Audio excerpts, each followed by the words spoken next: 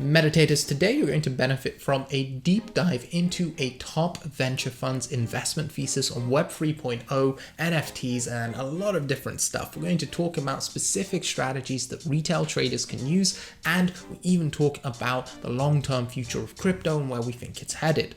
With us today, sharing his knowledge, is 𝐏𝐨𝐬𝐬𝐻. He's the founding partner of the Web3 venture capital fund, Rarestone Capital.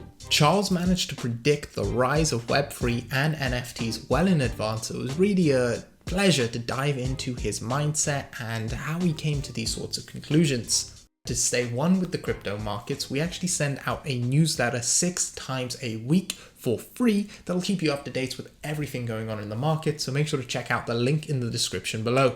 I am your host, 𝐏𝐨𝐬𝐬𝐻, and this is the Market Meditations podcast. We chat with fascinating people from around the world to figure out how they've built wealth. Hello, Market Meditations subscribers, podcast listeners. Thank you so much for joining me for another episode. Today, we've got a very exciting guest on who is going to touch 2 incredible areas of the crypto world right now in this episode and wherever else the conversation takes us: NFTs and venture capital, 2 very exciting things which they're all the buzz these days, and something we haven't had that much of, specifically the NFT side on the podcast. 𝐏𝐨𝐬𝐬𝐻, thank you so much for joining us.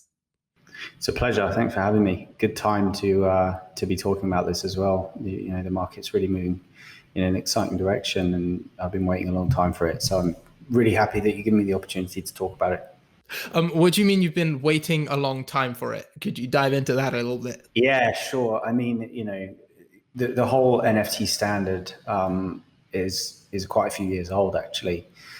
Goes back to 2017, 2018, and I've been kind of actively investing in NFT projects since then, and most of them kind of sat quite stagnant since the bear market, and there wasn't really much mass adoption. And as of today, Lindsay Lohan has an NFT, and so did Taco Bell. So we've definitely come into a very aggressive phase of growth.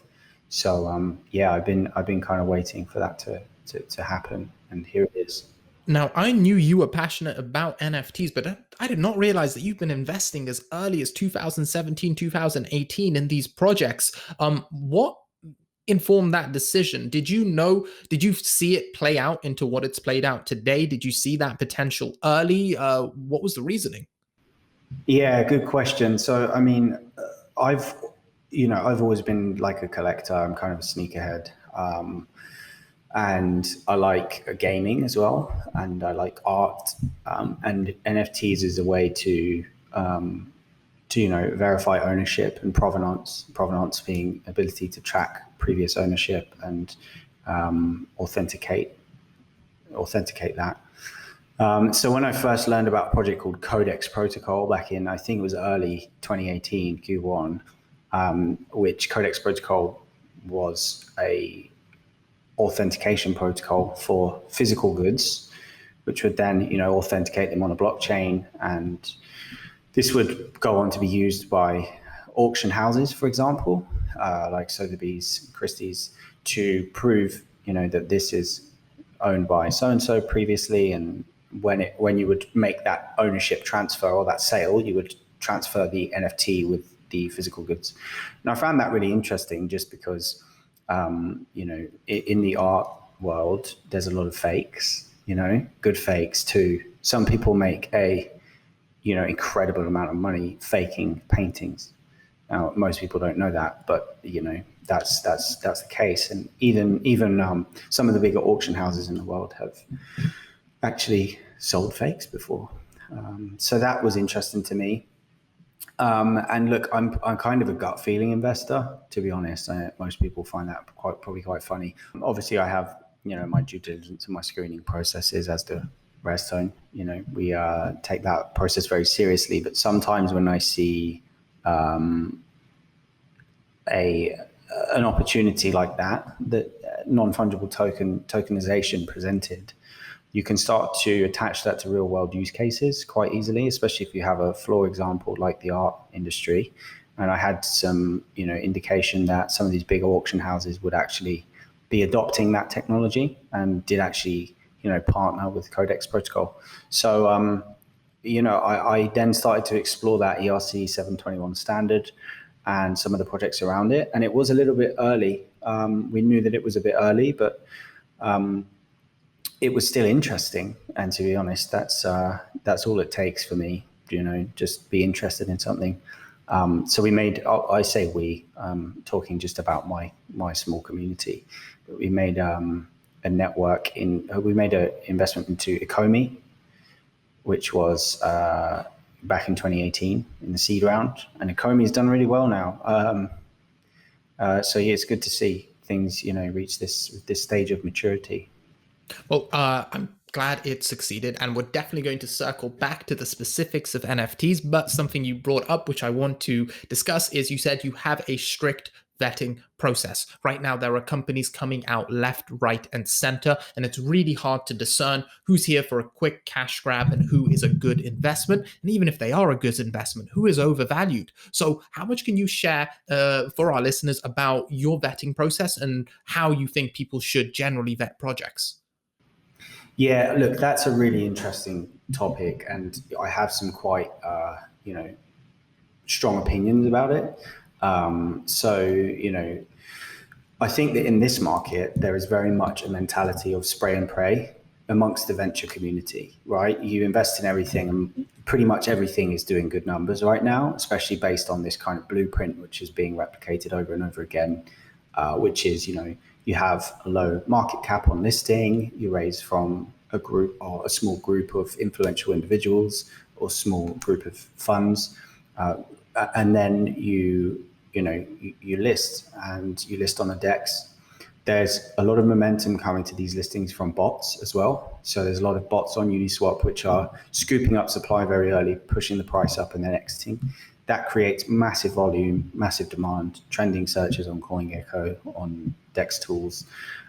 So I think it depends what type of individual you are, really. If I imagine most of the listeners are retail investors, I would urge caution entering any of them projects at all on market, on listing day. And I really say that because there are a lot of people who got in earlier at a much lower price.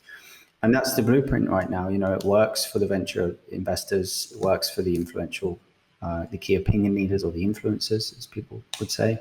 But it's usually the people who buy on the listing that they're entering a higher risk position. There's more people who are first in the queue. So I would say that, in regard to actually vetting, I'd just be careful about looking at these type of projects as, when you're looking at investments, what are you investing into? It's not a company, it's a token. Understanding how the token actually works in that ecosystem. Does it accrue value? Or are you investing as if you were investing in a business? Because a lot of these tokens don't have much use yet. If you're investing in a governance token, are you actually planning to, vote on the network? That's just equally as important. So, I'll put my hands up. A lot of our investments now, due diligence is quick. You have to be very quick. We're taking a lot less time to review deals. I'm personally trusting my partners at Rarestone to have, if they would invest, then I'll invest. And I think that we kind of look out for each other in that respect. There's an element of trust, knowing what works in certain market conditions might not necessarily work in others. And, there's people here who are here to just make money. And a lot of some of these big investors, that's what they're here for. So you have to be, just vigilant of that and make sure that you're not rushing into things, because there will always be other opportunities to enter these positions and learn more. Would you not advise, because obviously you can't give financial advice, but would you lean towards saying there is an opportunity for retail investors right now because so many people can get ahead of the curve? Because there are still insane gains to be made if you know how to ride a trend, if you can catch the upside of these huge moves. Like, there's definitely space for alpha over there. Yeah, absolutely. And I think that it's about understanding the whole Web3 stack, right? It's not just about, knowing which projects are hyped by everyone on Twitter, because they will perform well in this market. People are looking for guidance on what to buy, but it's about being ahead of the curve, like you said. And to be ahead of the curve, you have to understand the Web3 stack and understand where these trends come from. They don't appear out of nowhere. Could you explain the Web3 stack for us? Yeah, sure. So I think that, a good way to describe this is, if you look at Web 2 as, your most popular, applications on the internet, your Facebooks, your Twitter, the apps that are centralized and accrue data and use data as a resource, and a revenue stream.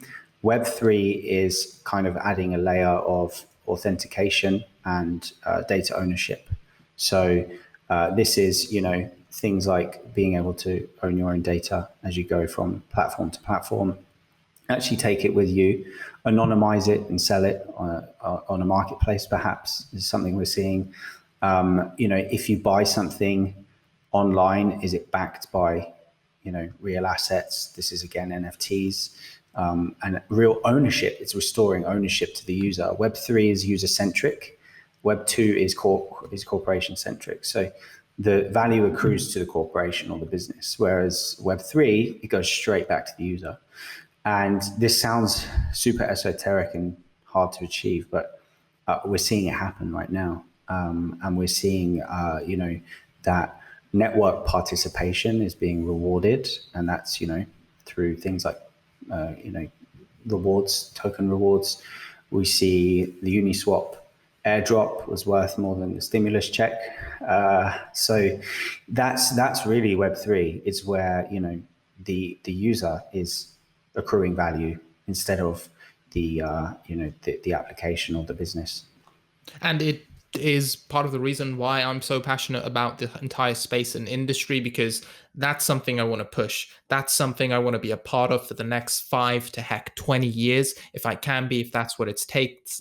It excites me. Now, I understand that the short-term investment thesis of Rarestone Capital, as you explained, is spray and pray right now. You want to get quickly into as many projects as possible, riding the current momentum and trends in the market. However, I'm sure you do have that 5 to 20 year investment thesis as well. On a longer time frame, what are you guys looking for? How are you positioning yourselves for the future? Yeah, so just to go back to that, I think that although we are making, a lot of investments at the moment, I would say that we're also passing on even more. And you only see, the surface of what we're actually investing in, but we're still passing on a lot of deals, even if we know that they will be profitable, because of the association that will come in the different market conditions. So, while we are making a lot of investments quick and our due diligence process is faster, I would probably push back on this being a spray and pray, VC at the moment. We are not just thinking about capital and capital preservation, but also reputation and brand. We didn't spend 6 months building a brand to throw that away when the market turns. And we don't want to be responsible for people making decisions, but based on our investments that ultimately hurt them in the long term. We're not a venture fund. We don't have LPs. We invest our own capital. So we're responsible for our own capital, not others. But we are also aware that there are people looking towards us for, to see what we're in. We've made some incredibly good investments in the last year. And, a few of them were under the radar projects, or, we've been working with closely for 6 months. Since before we had a logo, we were investing in some of these deals. And before we had, a real brand. So that's on the, shorter term stuff. I just wanted to clarify that. But on the longer term, we are very much interested in this Web3 stack as a whole. And, my massive interest, and where my love really sits in this industry is the open metaverse, and, the idea of web spaces as opposed to websites, and how that's where we're going. And it's being kind of aggressively accelerated by COVID and by, our inability to connect in the real world, which is pushing us online further. How does an And investor position themselves to take advantage of that? absolutely. So I think it's understanding what that looks like and where these, Web3, I guess, pillars of, tech kind of sit.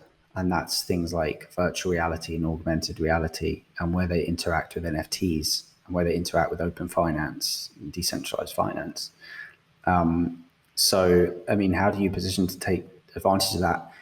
You are literally ahead of the curve if you're just listening to this. That's just the fact. You really are. And if you're aware of these things, and if you're learning about them, and if you have an interest, you're already ahead of the curve. And I think it's good to learn about these things, and then to put your money where your mouth is, right? And to back them. And I think it's becoming easier and easier as this space moves forward to get involved, and to, actually put your, vote with your capital. That's really what governance is. You can't really do that in the real world. They say, if you want to give power back to the people, you shop at local businesses, for example. And that's kind of the real world equivalent. It's like putting your capital is a vote. Where do you want to be putting your capital? And where does that take us in 5, 10, or 20 years, as you said? So with that 5-10 year horizon, are there any companies right now where you are confident, and by confident, because I know the variability that comes with these sorts of things, I'd say above 50% chance that you think there's going to be success in that company, specifically in the NFT space, that you can talk about? Yeah, so I love that question, because there's so many things I'm excited about right now, and I'll probably forget about some, and then people will be like, "Why did you forget about me?" But it's just it's so exciting right now. I mean, I'm a huge fan of Decentraland. We're not investors in the token sale or anything, but we do have a large position in Mana. We are looking at building our ecosystem inside Decentraland, and for anyone who's listening who doesn't really know, Decentraland is like an open world. It's a metaverse. You can walk around and you can customize your character, your avatar, and you can build and you can engage in games, and you actually own them assets. So if you buy land, you own that land, and you can choose to do with it as you wish. You can rent it. If you own items in the game, you actually own them. They're owned by your Ethereum address.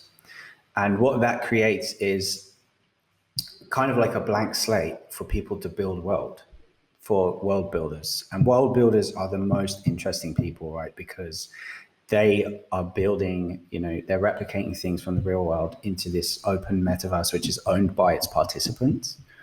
So Decentraland is kind of this base layer. And now what we'll start to see over the next year or so is another thing I'm interested in, a project called Ethermon, which is, like a Pokemon in Ethereum, but they're building their assets into Decentraland so that it will be an MMO game, and you'll be able to battle them. There'll be certain areas of parcels of land that are owned by, these companies or these protocols, and inside Decentraland, you'll be able to, take part in that game. So that kind of gives you an idea of how grand that vision is. That's just Decentraland. Then you have like Somnium Space, which is, virtual reality and augmented reality. And Decentraland will eventually build virtual reality in as well. And then we start to build better game engines. Unreal Engine, open sourced, millions of assets, high res assets for game builders. Games are getting more detailed, incredibly high definition. And when we start to combine them things, these world builders, these avatars, and these MMOs with real, high definition virtual reality, we have a Ready Player One future. And I think that is something that, excites and scares us all. And another one that I'd like to, dive in there is my good friend Ryan Gill from Crucible Network. Crucible was building the direct to avatar kind of economy. So they're building tools for game developers and world builders so that they're able to basically, provide direct to your avatar in your game, whatever game that might be. And I see this future where eventually, whether it's Fortnite, whether it's, Decentraland, any of these big games, MMO games, that you have your self-sovereign identity, which follows you around, your single sign-on to all these games, and your assets kind of follow you around, and you truly own them.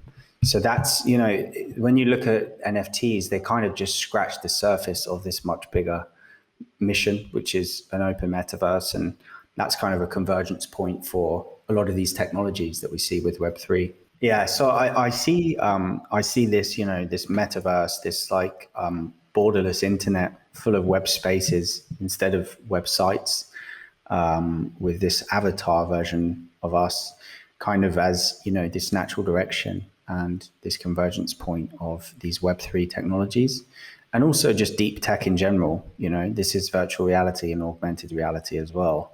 And I think that that's kind of the next frontier of the internet.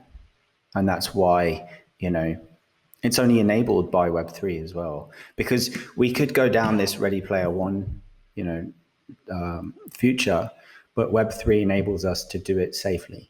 And that's where I'm really interested. And that's why I think NFTs are so interesting, because they're like the surface, right, of all of that I've just talked about. They're the surface of something much bigger. And they're really understandable, or, not really understandable, but they're easy to mass market. They're a good entry point to the space. It definitely is, and we're seeing that right now with the different parties getting involved. Before we move on from this specific point, because I think you've said something very interesting as a long-term investment thesis, just accepting that this Ready Player One reality, as you've put it, is something that could and probably will happen in some form or another. Personally, I see that as a longer than 5 to 10 year horizon. What would your theory be? And based on a lot of what you've said about the worlds people are trying to build, it sounds like we already have them. Now, bear with me, in the form of, say, Minecraft or League of Legends or World of Warcraft, games which already have the community and the ecosystem. What are your thoughts on them taking NFTs and integrating them into their existing systems and outperforming the new ones which people are trying to build from scratch right now? Mm-hmm. That's really interesting. And that's absolutely something that will happen and is probably already happening. There are a lot of existing mobile gaming companies. I just spoke to one today, actually, which I'm really interested in, is a gaming company that have incredibly big contracts to produce the NFT technology for some of the biggest gaming companies in the world, some of the biggest companies in the world, or brands, and connecting brands with users through the sale of assets, non-fungible assets, or backed assets. So yeah, I think that's absolutely a thing. But I also think that native and, blockchain first applications have more chance to survive, simply because they're governed by network participants, right? They are controlled by the player. That's really where this goes. It's really important, because then you build something that a corporation can't take down, and that kind of lives on through its participants. And that's why we have crypto voxels, which is like a version of Minecraft, but with crypto, which is really cool. There's some really interesting people building stuff there, similar to Decentraland, really. It's this massive expanding world full of assets that people actually own. And I think that's really cool. And as long as Ethereum virtual machine kind of continues to live on, so will crypto voxels. Whereas, World of Warcraft eventually one day dies and all of my stuff dies with it. But if we find a way to take them NFTs that represent them assets in that game, we can help them live on in other games. And I really like that idea, just as someone who grew up gaming and actually as a big gamer, an MMO gamer, an RTS gamer, owning skins in games. People who game, they get the skins thing. That's what NFTs really are. They're like skins, but you carry them around with you based on your Ethereum address. So if this game dies, if this other game say, hey, we're going to honor your skins, Now my CSGO gun skin is a shoe skin in another game. I can still flex with it, right? And kids get this stuff. They just get it. That's why kids ask for Robux and ask for, I don't know what Fortnite money is. I can't remember. But that's why kids ask for in-game currency, because they want to flex. They want to have clout. They want to have skins that are cool. But they're owned by the game. They're not really owned by the player. So this stuff is like so friendly to children and young people who are growing up on the internet that, even myself as someone who religiously was a gamer, like the whole in-game currency thing, we don't understand it like new generations do.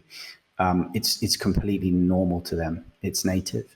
And that's why I think there's so much untapped upside from that market, because these kids, they know digital currency is, really, really native to them.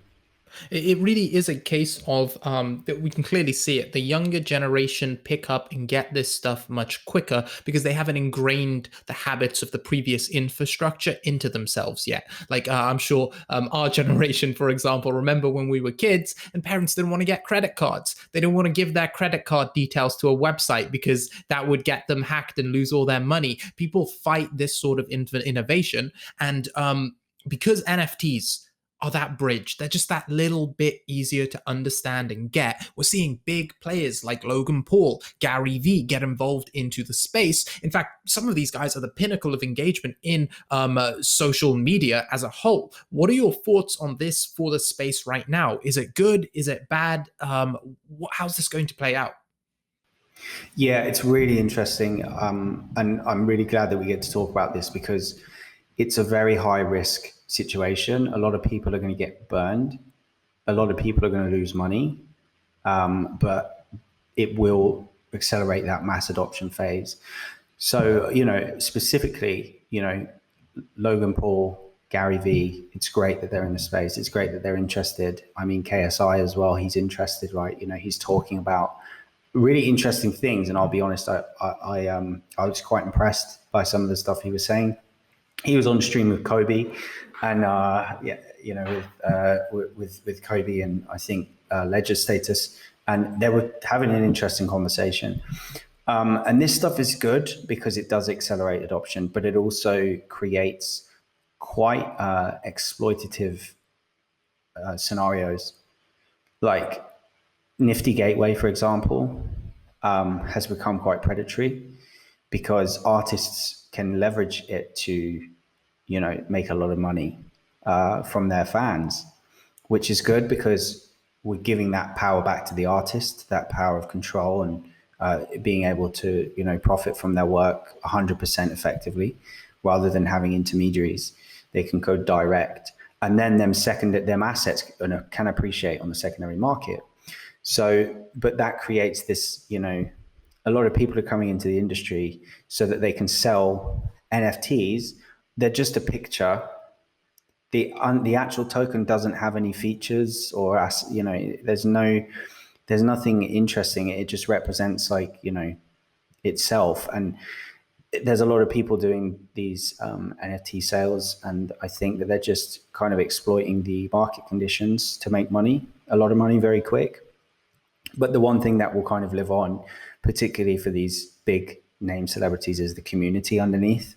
But I think that the people who will outperform this market are not necessarily the people who will come here and sell a bunch of NFTs on Super Rare or Rareable or something. There'll be people who are crypto first. They learn about blockchain. They learn about NFTs and some of the cool features you can do with them. And Murat Pak, he's a fantastic artist. He said something the other day on Twitter that the best artists in the NFT industry won't be the best artists from the traditional world. There'll be people who adopt and adapt to this new world, right? And they learn about what they're actually working with, because there's way more features than you can imagine that you can implement into NFTs. You can have multi-layered NFTs that unlock certain components over time, or I can have an NFT that if I hold, it accrues interest to me. There's assets locked into the NFT. You can have secret codes hidden in them. You can create puzzle games over time. with rewards. And there's so many opportunities. The opportunists will make money, but the people who understand the crypto native stuff and try and become part of this community, they'll do the best. So is it good? Is it bad? Both. It really depends. But I'd just urge caution. I mean, I'm guilty. I buy stupid 8-bit artwork with no purpose other than I think it looks cool. But a lot of people are trying to buy these because they'll appreciate in price, and a lot of other people are selling pictures of things that don't make any sense for tens of thousands. So yeah, but I mean, look, that's cool. That's community. The same thing with punks. The thing that makes crypto punks so cool is that Lava Labs just kept hustling. There's a community there, and these things begin and end with community. Like, as long as there's holders, as long as there's supply and demand, then they'll continue to sell and have a price floor. It's when an artist comes in to make money and then leaves, there's no new fresh demand for their assets. It's just going to be the community who are left stuck holding them when the market's less liquid. So yeah, it's really interesting to see. Like I mentioned, Taco Bell. That stuff's really funny to see. Taco Bell doing an NFT drop. Not something I had on my 2021 bingo list, but I'm here for it, But yeah, I just think people need to be careful about what they're doing.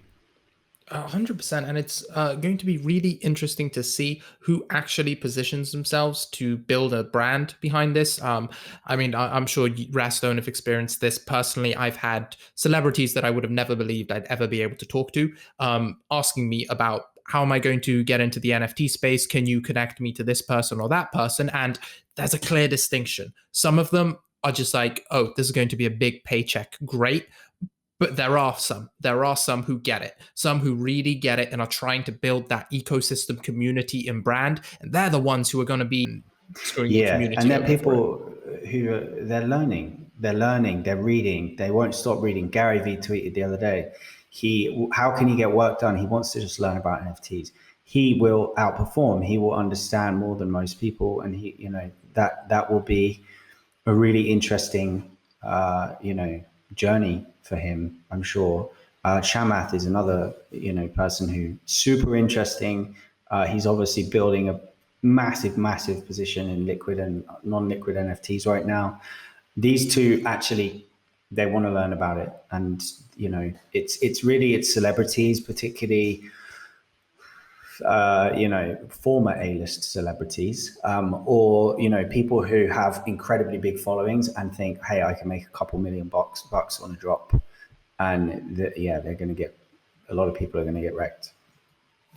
Charles, this has been a fascinating episode. I think we've learned a lot about early investment in different projects, the NFT narrative as a whole, and dived into lots of different areas for both the future and current state of the market. Is there anything you'd like to leave our listeners with as we wrap up this episode? No, thanks for listening, really. Just keep that inquisitiveness, because like I said, if you're here, you're already ahead of the curve for a lot of this stuff, and it's only going to get more interesting. And the more time you put in, the more you're going to get out. And I say that as someone who, was relentlessly dedicated to learning more about this industry for the last 4 years. And this year, things they've followed out, our thesis or my thesis, and that makes me incredibly proud. So, everyone can be there, and I really encourage people to keep that childlike curiosity, because it really does draw some interesting things to your life. I do see that direct correlation between curiosity and just success, intelligence, and every positive endeavor. Charles, well earned on the success. Congratulations on grinding through the bear market. I saw you working hard throughout, and now you're reaping the rewards of all that work. Thank you for sharing your wisdom and knowledge. Meditators, that is everything for this episode. Thanks for joining us again. We will see you next time. This was a fascinating episode that really helped me understand the NFT space and where it's headed in the future. Now, we actually send out a letter 6 times a week for free to 17,000 traders, investors, and entrepreneurs in the crypto space. If you want access to this, make sure to check out 𝐉𝐨𝐬𝐺.substack.com, where you can get access to all this information and more. And also, if you enjoyed this episode and you'd like to learn more about the NFT space, we actually did a fantastic episode with Andrew Steinwald that I think you're really going to enjoy. Thank you so much for tuning in to another episode of the Market Meditations podcast. If you enjoyed this episode and would like us to continue bringing on fascinating people from across the world, please leave us a review on Apple Podcasts, Spotify, or wherever else you'd like to listen to these podcasts, and share the episode with a friend.